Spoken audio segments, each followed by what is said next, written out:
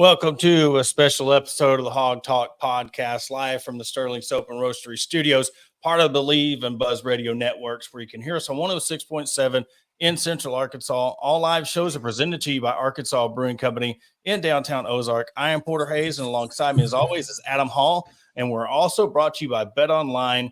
Continues to be the fastest and easiest way to place your wagers, including live betting and your favorite casino and card games, available to play right from your phone. Head to the website and use your mobile device to sign up today and get in on the action. Remember to use the promo code BLEAV for your 50% welcome bonus on your first deposit. Bet online, where the game starts. We're joined live via the Metters Lumber Hotline, bringing in Michael Beard, longtime friend of the show, went away from covering the Kentucky Wildcats, but a longtime fan. First off, we'll just appreciate you coming on and just kind of what I want to do to start off, just get your thoughts on when you heard the news, when you heard the news was like more than just smoke, and how the last really 24 hours have been on the Kentucky side of everything. So Sunday night, I'm a big wrestling fan. So I started back watching wrestling back in 2022, and now I'm head over heels with it. So there we go. But I was sitting there watching WrestleMania, and Cody Rhodes was fighting Roman Reigns. You know, I'm trying to enjoy all of this, and all of a sudden my phone just starts going crazy. Cal's going to Arkansas, all this stuff, and I was like, okay, not right now. I'm just gonna set my phone away. I cannot take this seriously at this moment. Yeah. So after the match is over with, pull up my phone, and Pete Thamel reported on it that that they were in active negotiations, and this was like a real thing. Like this was about to happen. And so, you know, we had just went through. So 2 weeks ago, Calipari and Mitch Barnhart had a TV show on BBN Tonight, is what it's called. It's on a local radio station out of Lexington. And they had a sit down, and they were talking about how committed they were together. It was amidst all of the "is the cow going to be fired" stuff, the whole $33 million buyout and whatnot. And, you know, they sat down during that, and they announced to all of Kentucky fans how they wanted to ride this out and in this in the way the last 4 years had been. So, you know, I'm bought back in. You know, I accepted that Cal's going to be my coach again, and you know, fairly enough, I've got enough good memories of Calipari being my coach that I was completely fine with that. So, put all the possible coaches that we could possibly have to bed. Accept this, and we're moving on. But then we've got this popping up, and I'm like, okay, bring it on back. So yesterday was a relatively quiet day. Didn't really hear much other than Matt Jones posted something on a message board about how everything's relatively quiet, and Cal's thinking about staying or having second thoughts or something along the lines of that. But, you know, just trying to separate all of the BS from the actual facts was the main thing, and it was just hard to tell what was real and what wasn't. And so whenever the video dropped today of Cal, it felt so real, and my emotions hit. He's the reason why I'm so passionate. And I mean, you can see all the pictures behind me, John Wall right there, and, you know, Anthony Davis and all them behind me. It's been a fun ride, but I'm excited for what the future holds for us, and I'm excited for y'all to get a dose of what I've been able to live for a little while now too.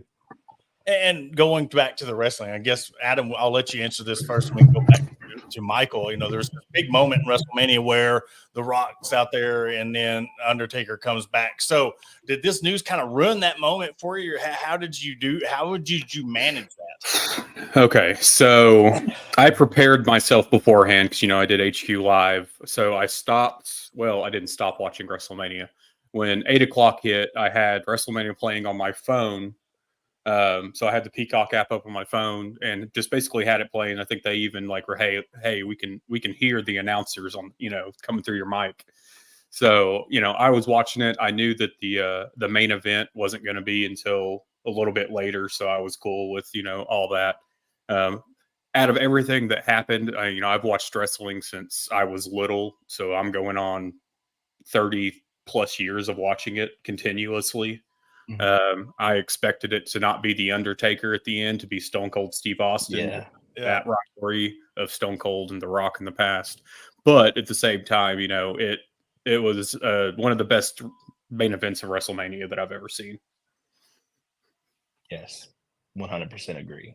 So, Michael, like you said, how did you navigate? You said your phone's blowing up, and I know I used to be in wrestling back in the first, Stone Cold, The Rock, back when, look, we had TV and we were switching back and forth between WCW and Monday Night Raw. If Raw went to commercial, you're switching over to Nitro. Mm-hmm. You went from Nitro back. That was my era. So, I haven't been in a while, but, going back, we're talking about rivalries. They're talking about, it's full circle when you think about this whole thing, because before we started recording, Michael, we were talking about, this Arkansas-Kentucky rivalry goes back to when Arkansas joined. This has been a constant. I don't think we'd have seen this type of coaching change 10, 15 years ago. Just how the landscape of, Kentucky and Arkansas hated each other. They were the rivals, and you see that now. But for every rule, there's an exception. And I think both sides of this, Michael, you can answer for the Kentucky side, and Adam, I'll let you speak on the Arkansas side. As much hate as there was between the programs, there has been this massive respect between the two programs. What have you seen from your side, Michael, of, yes, it sucks that he's leaving, but I've been seeing a lot of, well, I'm glad it's Arkansas. Speak on that from a Kentucky aspect of it. So something you're about to hear is the Cal speak, and he always talks about how crazy the fans are. If Kentucky is the craziest fan base, Arkansas is definitely number 2. It's definitely number 2, and it's very close. And it might be flip-flop. You guys might be more crazy than we are. But I think that is kind of Cal's shtick, and he loves that. He loves the craziness, and he loves passion, and he loves the fact that people care about what he's doing. And whenever he has motivation, and whenever he has a drive to prove something and prove people wrong, it might be, people from Kentucky proving people that he still got what he still has what he did back in, the 2010 era. So I think that you guys are going to really enjoy that aspect of it. What was the exact question again? Sorry. I was just talking about, just with Cal coming to Arkansas and with what they're expecting, but yet what has been the Kentucky fan base's reaction to, of course, yes, it sucks that he's leaving, but we've known that there's kind of been this Band-Aid that needs to be ripped off from the Kentucky fan base. But how do you just let go of a coach like Cal? It's almost like what you see with the Patriots and Bill Belichick. Look at or Alabama football, and if Coach Saban would start, how hard it would be just to let them go. So I understand that side of it. Yes. So if there's another fan base out there that could accept, Cal as who he is, it's you guys. And, Cal holds a special place in all of our hearts, similar to the way Bill Belichick is viewed, that the Patriots or Saban's viewed at Alabama, kind of like you said. But we just want to see him go somewhere to where he can succeed.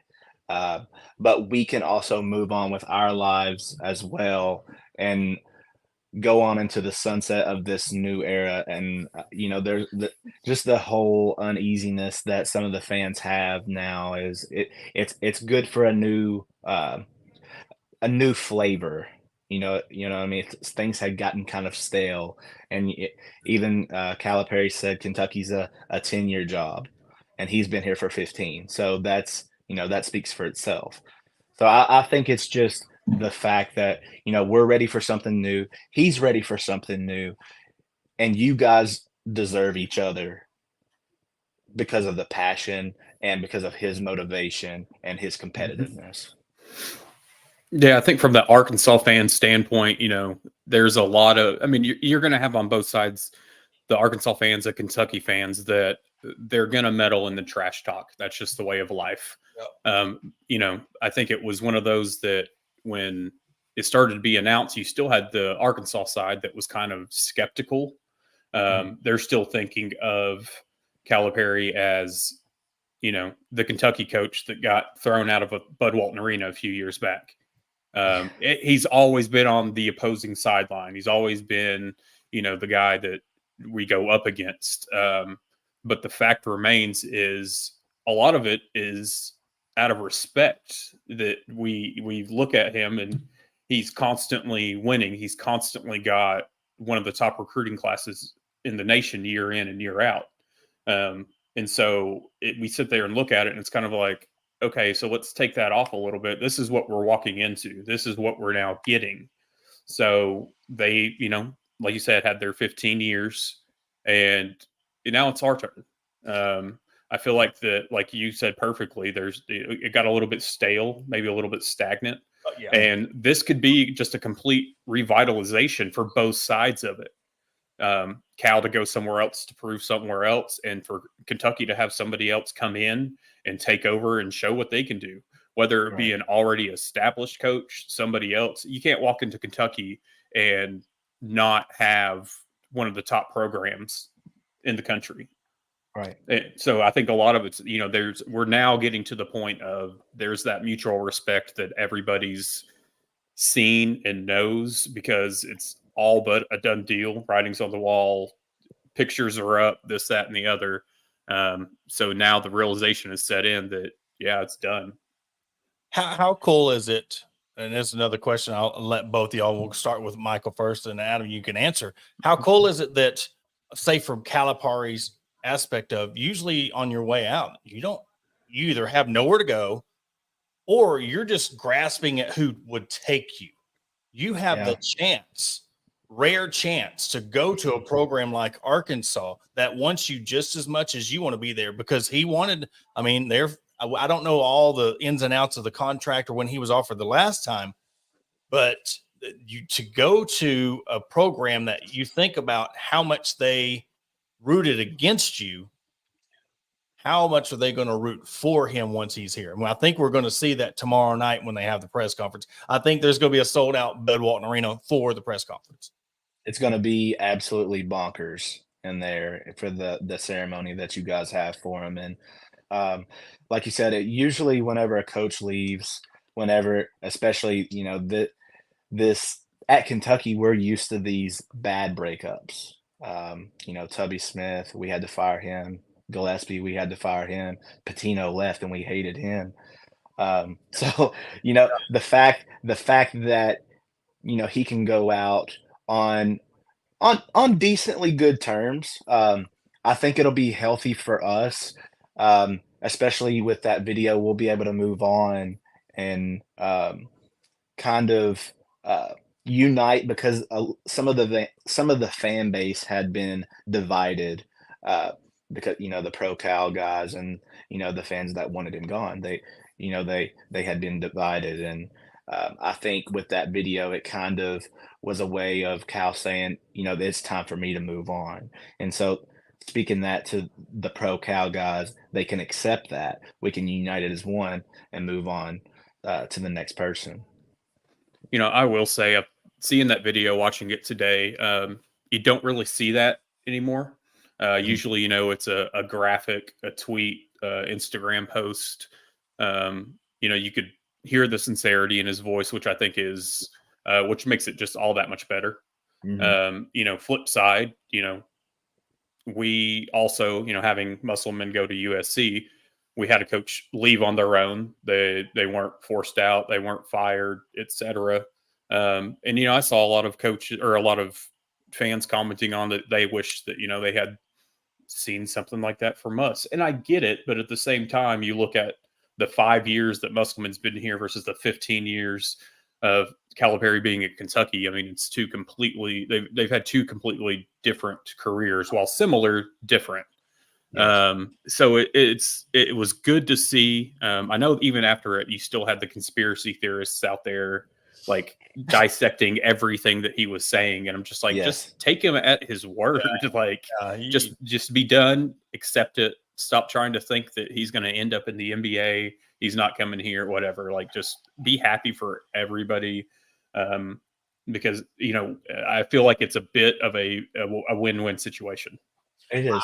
I poked fun at Matt Jones because I posted something about a meme, the Titanic meme. Just let go. Just let go, Matt. It's one of them that he just can't.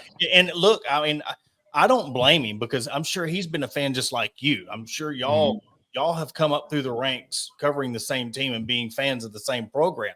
So I'm sure this is not – and whether it's Cal or anybody else who's been there 15 years, but the prestige of your program. I mean, me and Adam talked about we had to go back 20 years to where a coach had just walked away. Not being fired. We're not used to it. So I'm sure, especially at a program like Kentucky, but you touched on it perfectly when you said divorce. And so not all divorces are volatile. Not all divorces end badly. And you talked about that sincerity in his voice. Look, as much as you knew it was time and you're going to love coming to Arkansas and the fan base, look, that had to suck. I would hate to walk away from any kind of 15-year job or relationship, friendship, anything. Even if I knew it was better for me in the end, it still sucks to walk away. And I would want that. Look, and I'll say this to the Kentucky fan base, y'all deserve that because he gave you 15 years, but you gave him 15 years of loyalty. And we look at this Arkansas, Kentucky fandom, 1A and 1B. When we talk about a loyalty to a fandom, I mean, you're right up there. Yes. Very much so. There's a lot of guys that we'll go right. What's this question right here? So we'll wrap things up. So what is next for the Kentucky side of it? Who would you like to fill those shoes? And one, I'll let you be a fan. One, and who would you like? And if it's the same person, cool. But who would you like? But who would you expect? Like, what's your expectations of a coach to come in and replace Cal? Okay, so who I would like. I think there's a top three, and one of the coaches today has kind of shot it down, and that's Billy Donovan. He shot it down. The timing doesn't really make sense for him anyways because he's with the Bulls. Their regular season doesn't even end until Sunday, and then they're going to be playing in playing games for the playoffs. So you know where Billy Donovan's focus is going to be, so we can roll him out. Then there's Hurley. Hurley's actually above Donovan for me, just because Donovan hasn't been in college, in so long. But there's Hurley. There's been reports today that we're going to offer him $11 million for 5 to 7 years, and that that's a starting negotiation. So if that's your starting negotiation, you're willing to go up. And then, it was just reported that we have offered Scott Drew. And Scott Drew and Mitch Barnhart actually have a really, really good relationship, with their political ties, with their a bunch of the things that they do. They go to church together sometimes. It's just a really, really close relationship. And that's who the ongoing favorite has been really from the get-go as far as who will be the next Kentucky coach. As far as expectations goes, definitely, I mean, it's Kentucky. They're going to be ticked off if you don't win championships, if you don't bring Final Fours. If we don't at least make it to the second weekend, they're going to be ticked off. But there's also the understanding of the first year. You don't really know what it's going to be because we're Cal's going to take all of these players are going to be gone. The only realistic one, and I don't even know how realistic it is Reed Shepard, and he's projected as a top 5 pick. So if he stays, it's only because he's a legacy guy. His dad played here, and he doesn't want his legacy to be that way. And I don't think that's going to be the case. I think he's out the door. He's gone. His dad's a financial advisor, for crying out loud. It would not be wise for you to come back if you're a top 5 guaranteed pick. So, that the expectation is championships, Final Fours. He's won a championship at Baylor. I don't believe the standard really changes. That the standard doesn't change. That's what they're gonna want at the end of the day. And if you don't do it, then it's gonna be chaos. Well, we're looking forward to, because again, you're in the same conference. We're going to meet up next year down the road. It's going to be interesting to see how this. I mean, and look, you can't change a rivalry like Arkansas Kentucky that has been since the inception of Arkansas coming to the SEC. So I don't think it's going to do anything but stoke it even more. Yeah. But it's you have the choice to pretty much. And you look at the UConn coach, and they're creeping up on 6 national championships. They're creeping up on that elite blue. I mean, you got your blue bloods, but then you got your elite blue bloods, and Right. They're creeping up on that. And you see what he's doing. But then again, you went back to back, and you're like, okay, what's next? I mean, so it would be really, again, it's UConn, it's Kentucky. So nothing's out of the realm when it comes to, because again, prior to 2 days ago, who's seen Cal coming to Arkansas? So anything's possible when it comes to that. But Adam, who do you think would go? Initially when I first saw the Billy Donovan stuff, it just first thing that came to mind was, he's had decent seasons in the NBA, Oklahoma City, now Chicago, being out of NCAA for as long as he had. I mean, it's a completely different world with NIL and transfer portal. He may not want to deal with, but we don't know. That was just what I immediately looked at. Then I saw later today, or earlier today, you started seeing some former, I think it was DeMarcus Cousins tweeting about Rajon Rondo and stuff like. And I know that Rondo's getting into the coaching game. At the same time, that would be a complete out of left field.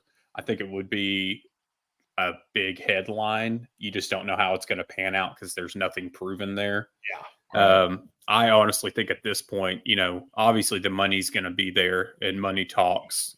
I don't think it would be out of the realm to see Hurley or Scott Drew come. I think it's going to be somebody that you wouldn't have thought was going to leave their school. Could get Penny. That's going to. Yeah, go get Penny. Well, hey, Michael, man, it's a pleasure. Appreciate you coming on again, getting back with us. Told Kyle we'd tell you hello. Yes. If he's watching, but it's been a pleasure. I know, you'll find the coach. I'm sure that, it's still Kentucky basketball. I mean, you look at the parallels of the coaching. We went from Sutton to Nolan, few rough patches. We had Musselman, now Cal. Same thing with y'all, go all the way back to your namesake, Rupp Arena. So, Patino, all that, the nostalgia and the prestige that is Kentucky basketball. But again, thank you for coming on, and can't wait to see that first game between Arkansas and Kentucky next year. I can't either. It's going to be electric. Good luck to you guys. Yes, sir. Have a good one. Yes, sir. That was Michael Beard. Again, longtime friend of the show. He had done his own thing covering Kentucky sports, got away from it. But, man, we're going to take a quick commercial break. After the break, we're going to give our thoughts on expectations. Now that it's kind of finally going on, we could talk about expectations, fans, and what we can expect from,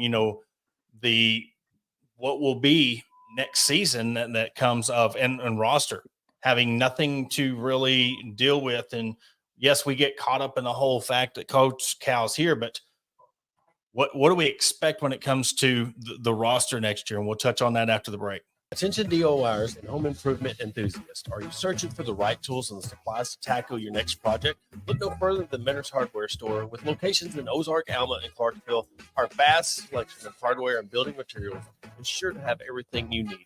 Whether you're fixing a leaky faucet or building a new deck, most of our knowledgeable staff is always on hand to offer expert advice and guidance.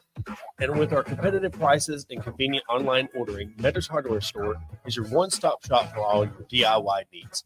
Visit us today and let's build something amazing together. Are you in need of legal representation? Look no further than the law offices of Robertson, Beasley, Shipley, and Robinson.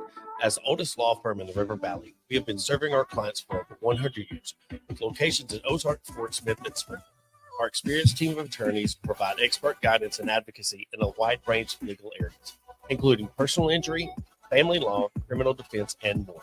Trust in our history and experience to the results you deserve. Contact the law offices of Robertson, Beasley, Shipley, and Robinson today at 479-782-8813. That's 479-782-8813. Are you looking for a place to grab a cold drink and some delicious food? Look no further than Arkansas Brewing Company. Located at 201 South First Street in beautiful downtown Ozark, our establishment offers a wide selection of craft beers and tasty eats. But what sets us apart is our welcoming atmosphere and friendly staff. At Arkansas Brewing Company, you'll always feel like part of the family. So visit Destiny and Christopher Brockett and staff today and see for yourself what makes us the go-to spot for locals and visitors alike. Arkansas Brewing Company, come for the drinks and stay for the friends. Searching for premium brewery products that will take your daily routine to the next level? Look no further than Sterling Soap Company. Our handmade soaps, aftershaves, and balms are made with only the finest ingredients that give you the ultimate grooming experience. With a variety of scents to choose from, there's something for everyone. Plus, our products are crafted in small batches to ensure the highest level of quality. So why wait? Visit www.sterlingsoap.com or visit our retail store at 16 West Walnut Street in Paris, Arkansas. Shop our collection and discover the difference for yourself. Upgrade your grooming routine with Sterling Soap Company. And I want to welcome you back to Hog Talk Podcast again. And like we let off before the break, Adam, now it's here. They've already got, if photoshopped or not photoshopped, people's taking pictures inside Bud Walton Arena of him already quickly changed over to Cal. What realistically, let's be realistically now now the calm, we can even see when they announced it's a little bit more calmer today than it was yesterday.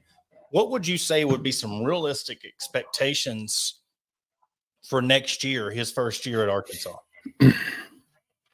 First year, I don't think you can be too overly demanding as a fan, expectations wise. We've seen that you have a complete blank slate. There are no scholarship players currently on the Arkansas roster, so you don't know how those conversations are going to go with if anybody coming back or not. But complete blank slate, first year. I hope you would be able to make the tournament. But you never know. I think that making the NCAA tournament in the first year under a new coach, yes, Calipari, but I think that's kind of where you need to set your goal for. Yes, yeah, because here's where I'm at with it. You see the roster. Nothing's there. It's already been documented there or talked about. He's bringing multiple staff members with him. So if let's say you bring in 4, 5, 6 of these kids in your signing class, and they're all 4 or 5 stars. Okay, that's what you're expected to have in Kentucky. And then if you get some kids in the transfer portal, yes, I think the expectations has to be,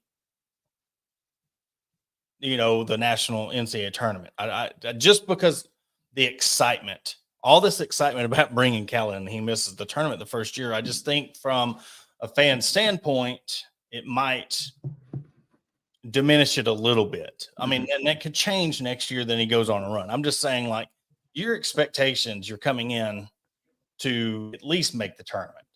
Mhm. But and again, what coach? I mean, this is where it's going to be tough. Even a coach like Cal, you have nothing to work with as you couldn't even put a team on the floor. You had to get the manager's team. We talked about that the other day Mhm.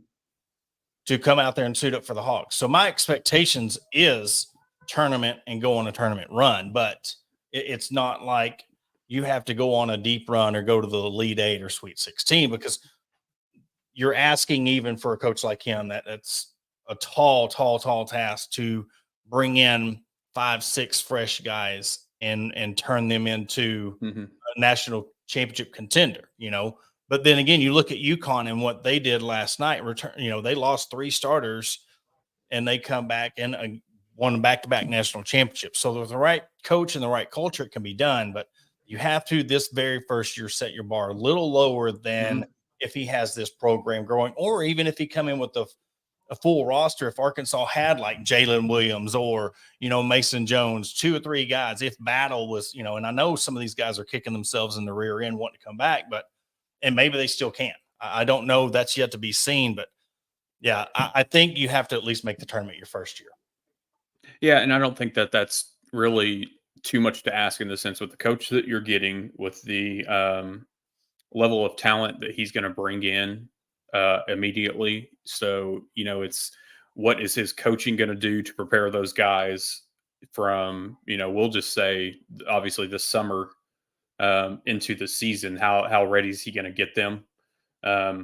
So I think that making the tournament is a realistic goal, a realistic expectation, and then after that, you just have to look at how are you progressing. And I know that there's up and down years. I know that it goes either which way, but it needs to go back to getting to the Sweet 16, the Elite Eights, up to the Final Four. That needs to be the constant. That needs to be the regular. So get this first year out of the way, make the tournament, and then from there, that's when it's really okay. Like, we're in this. It needs to be okay. We need to be getting to the second weekend, the third weekend, et cetera, of the NCAA tournament.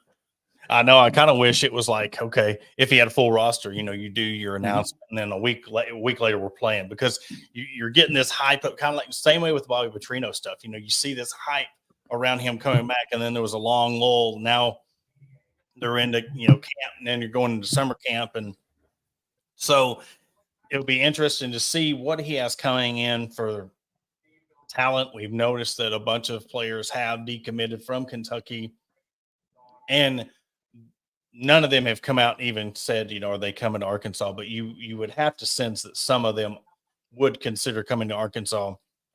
Mm-hmm. But my thing is, you got a coach like Cal, and you see how things were ending. I mean, and this is not in a bad way. I mean, they wanted him kind of out the door. They didn't want to let him go, but we've seen the fan bases. Look what a lot of them did to us this year after 1 year of not making the tournament. And we had kind of, talked around the fact that, in Muss's tenure, it was starting to take his teams a little bit longer and longer and longer to click, because he was trying to grab out of the portal and make things work. And it was working, but it worked when you had 2-3 other NBA style players. Now, if you can get 4-star, 5-star, one and done type players to come in, just imagine every year you're getting guys like Nick Smith Jr. and Anthony Black, Jordan Walsh. And then you have, Jordan Walsh perfectly, and Jalen Williams type of guy that, yeah, they're NBA talent, but they weren't that like Nick Smith Jr. or Anthony Black level when it comes to first lottery picks. They're first, second round draft picks, but you have 3 or 4 of those every single year. And you have that rekindling of when you walk into Bud Walton Arena and they're not booing you, they're cheering for you. The players for Kentucky are not doing this like I done earlier. They're embracing it. Man, that's got a lot of fire underneath it. It does. And, we look at, I know the fans are a little bit, the whole one and done thing, kind of, a lot of fans don't like it. But, and I get it. You want guys that are going to stay here 2, 3, 4 years. Same time, with the short window that there is in the NBA, I get why these guys, they do their 1 year, maybe 2 years, and then they go. And if you look at it, Coach Cal had 35 first-round draft picks. Yeah. I mean, Crazy. that's insane. And so that's what we're now potentially, I'm not going to say probably, potentially looking at. You're going to start getting those guys that they're borderline ready to jump to the NBA, and they're going to come here to do so, to play for Coach Calipari. You look at a guy like Nick Smith Jr., and we're talking about that one and done stuff. You know, his season, lottery pick guy, he's only averaging 5.5 points a game. You know, it's not promised. This is not a promised deal. You look at Jordan Walsh bouncing in and out of, you know, Ricky Council bouncing back and forth between G League. Moses Moody done it for a long time, bouncing back and forth. Mason Jones has been there. We see all these Arkansas guys that go in between the G League and the NBA. They're called up on a 10. No, Dusty Hannis was even that way. He signed a 10-day contract, and we know how good they were in college. It's hard. It's not, nothing's guaranteed because, you know, when, and this is not to say they're spoiled, but when everything's given to you, you're coming in expecting to be, it's easy to do in college. But if you are this lottery pick and then you go into this grind where there's only 8 roster spots on this, I mean, legitimate 6, 7, 8 rotation in the NBA, it's hard to fit in. And the elite level of jumping from college to the NBA is not as, it's not as close as you think it is, because you think these guys are just one and done stars. You got a guy like, and Nick Smith Jr. is getting 20 points a game. Now he's at 5 in the NBA. It's hard. It's a hard jump. Yeah. And I mean, you know, we've talked about before the role players, and, you know, Jordan Walsh went from 8 or 9 points a game here to G League. I mean, he's up in the 20s most of the time. I don't think that's his average, but, you know, it's completely different. The game is different. The talent is different. The speed is different. So I think that you look at coaches like Coach Calipari, and I mean, even Musselman, going back to the Eddie Suttons, which I know the game was completely different back then, but these are guys that in their time, in their eras, et cetera, like they were doing whatever they could to get their players to the NBA, and they knew what it took to get there. And, you know, even though, you know, Coach Cal's tenure in the NBA wasn't the greatest, at the same time, he still kept those relationships with coaches, with GMs, with players. And a lot of that, too, is the players that he's coached in college, he's still close with in the NBA. So he's still seeing what they go through, whether it's practice, whether it's travel, game. I mean, he sees what they're going through. They still reach out. They still talk. They still come visit. So now we're looking at here in the however long this lasts, you know, yeah, you're going to have those players that they're going to go visit Kentucky because that's where they went. But you're also going to see some of these players come visit him at Arkansas, on top of the former Arkansas players coming back to visit. Yeah, and we touched on that the other day. How crazy is that going to be when, you know, Anthony Davis, John Wall, Devin Booker, you know, those top guys are in your practice facility, you know, helping you get better, or just their presence of, this is what Cal's done. This is what, you know, and you look at, you know, where I was looking on the recruits and the basketball commits, you know, you see what could potentially come in, you know, 5-star, you know, 4-star, 4-star, 4-star, just the top 4 guys. Well, and the ones that was taken off of that, I believe, I can't really see. It's I don't know how many. Well, the Carter Knox yesterday that decommitted, he's 5-star. Okay. Yeah. So they've taken him off the list. Okay. But going back to just talking about real quick, the former players coming to visit, I think the meeting, or they better have a camera there the first time Michael Qualls comes back to visit. Yeah. Or, you know, but, or the school, and he gets to go meet Cal just because of the dunk. Yeah.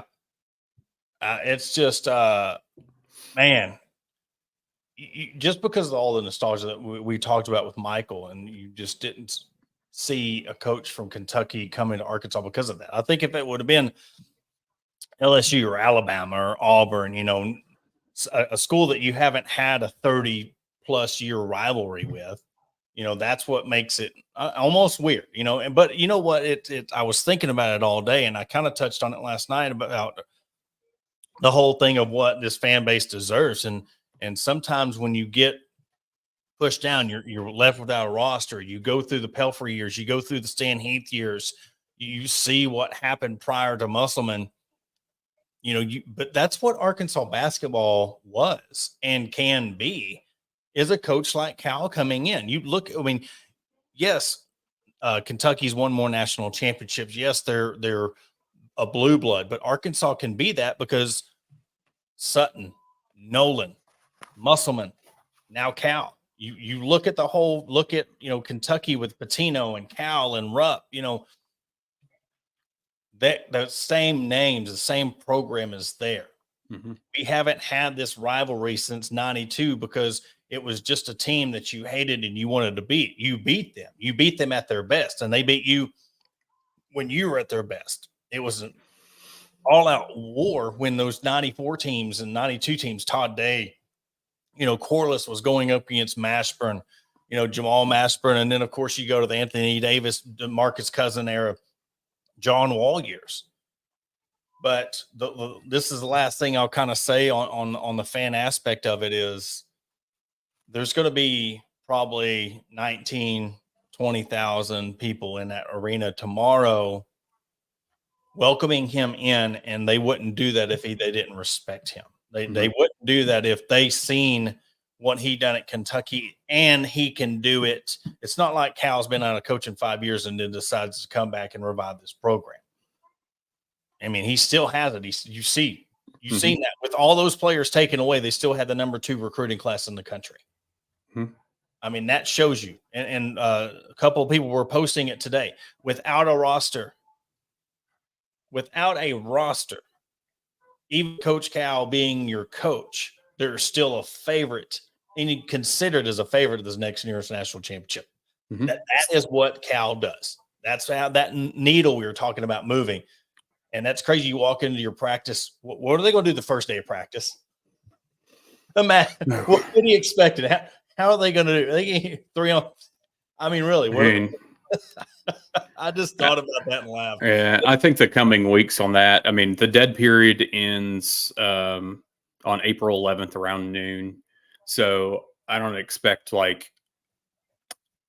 the news to explode on it, because you're still going to have players that are now be able to talk to coaches and schools and whatnot. But I think it's going to happen quickly, that you're going to start seeing the flipping of commitments, or the players that have entered the transfer portal, name their schools, etc. So I would think that we'll say by this time next month, we'll have a much better idea of what's coming in to Fayetteville. And another thing that we haven't touched on, not only the recruits that are coming from Kentucky, but there's plenty of spots open for this Arkansas roster. Now, who could you flip that was not even considering Arkansas, going to another school? Now they see this wide open space in Fayetteville. Coach Cal's coming in, somebody that Arkansas couldn't even think about getting. What about the big that's out of Indiana State? These bigs that you're not used to having at Arkansas per se, 7-footers that are dominating like Edey and the guy at UConn. You get a couple of the guy that it was at Kentucky, that freshman. Mm-hmm. You look at that. This could, and not only in the coaching world, this could create a catalytic shift. It can do it for recruits too. Mm-hmm. Yeah, because you're coupling Calipari coming here, players in the transfer portal, and these players now know what that dollar figure is on NIL.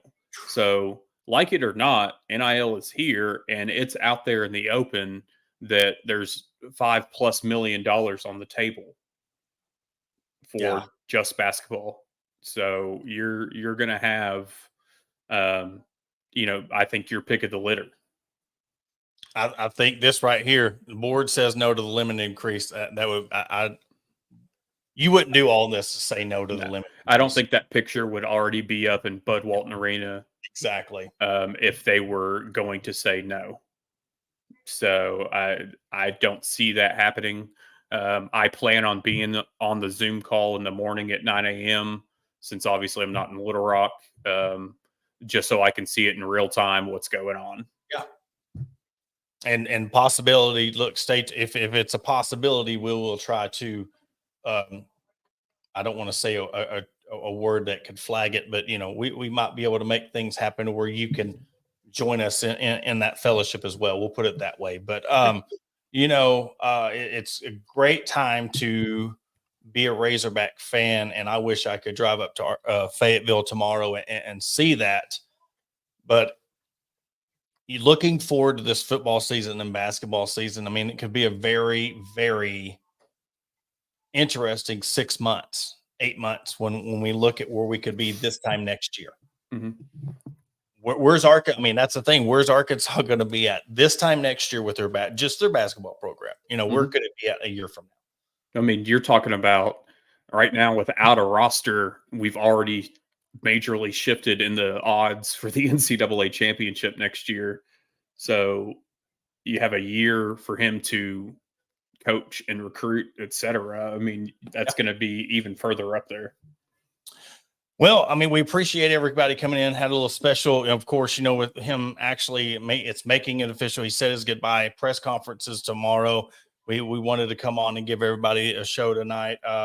We don't know about Thursday yet. Let's see. We might just end up coming back on Monday and bringing you a show on Monday. But Adam, you got anything else to add before we wrap things up? No, just, get out there.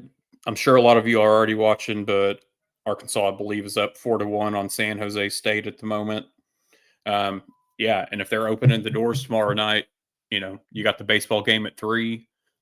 Game's over. Head on over to Bud Walton Arena and welcome Coach Calipari to University of Arkansas.